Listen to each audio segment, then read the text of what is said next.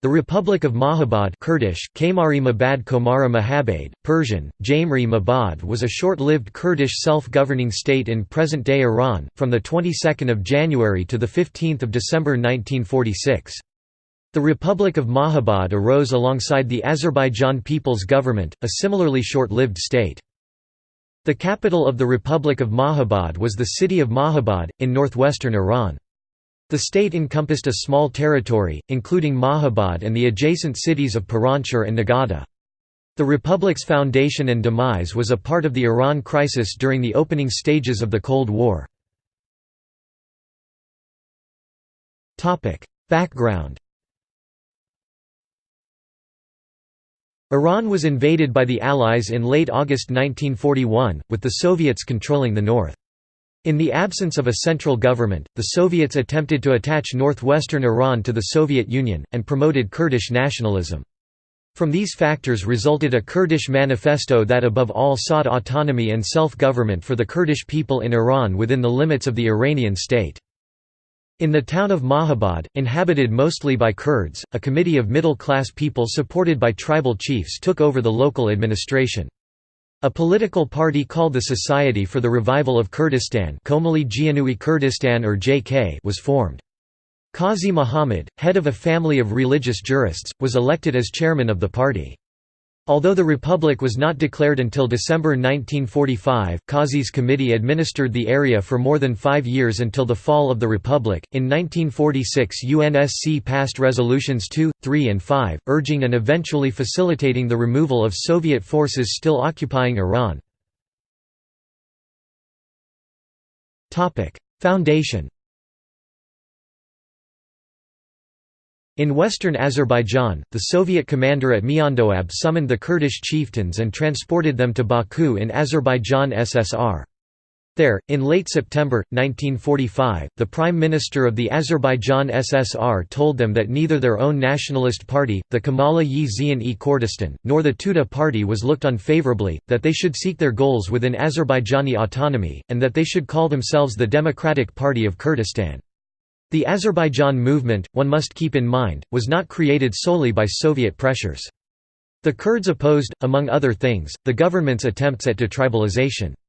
Thus, a concern for identity within their own communal groups seemed logical to both Kurds and Azeris in the aftermath of the Soviet occupation in 1941. On December 10, the Democratic Party took control of East Azerbaijan province from Iranian government forces, forming the Azerbaijan People's Government. Qazi Muhammad decided to do likewise, and on December 15, the Kurdish People's Government was founded in Mahabad. On January 22, 1946, Qazi Muhammad announced the formation of the Republic of Mahabad. Some of the aims mentioned in the manifesto include autonomy for the Iranian Kurds within the Iranian state, the use of Kurdish as the medium of education and administration, the election of a provincial council for Kurdistan to supervise state and social matters. All state officials to be of local origin. Unity and fraternity with the Azerbaijani people. The establishment of a single law for both peasants and notables. Relationship to the Soviets. The Republic of Mahabad depended on Soviet support. Archibald Bullock Roosevelt, Jr., grandson of the former U.S. President Theodore Roosevelt, wrote in The Kurdish Republic of Mahabad that a main problem of the People's Republic of Mahabad was that the Kurds needed the assistance of the USSR, only with the Red Army did they have a chance. However, its close relationship to the USSR alienated the Republic from most Western powers, causing them to side with Iran. Qazi Muhammad did not deny that his republic was funded and supplied by the Soviets, but did deny that the Kurdish Democratic Party (KDP) was a communist party. He claimed that this was a lie fabricated by the Iranian military authorities, and added that his ideals were very different from the Soviets. Both contemporary friends and foes tended to exaggerate the Soviet role in the Republic of Mahabad. While Kurdish nationalist leaders Abdul Rahman Ghasemlu and Jalal Talabani stressed Soviet friendship and support, others like Robert Rosso Jr., the American charges d'affaires in neighboring Azerbaijan, and historian William Lynn Westerman branded the republic a Soviet puppet state. This notion was also widespread amongst Kurdish tribal leaders, many of whom disagreed with Kazi's leadership. The Soviets were, however, generally ambivalent towards the Kurdish administration. They did not maintain a garrison near Mahabad and also did not have any civil agent of sufficient standing to exercise any great influence. They encouraged Kazi's administration by practical benevolent operations such as providing motor transport, keeping out the Iranian army, and buying the whole of the tobacco crop. On the other hand, the Soviets initially did not like the Kurdish administration's refusal to be absorbed into the larger Democratic Republic of Persian Azerbaijan, and discouraged the formation of an independent Kurdish state. Following the fall of Mahabad, they however allowed for the safe passage of Mustafa Barzani and his followers into the Soviet Union. End. On March 26, 1946, due to pressure from Western powers including the United States, the Soviets promised the Iranian government that they would pull out of northwestern Iran. In June, Iran reasserted its control over Iranian Azerbaijan. This move isolated the Republic of Mahabad, eventually leading to its destruction.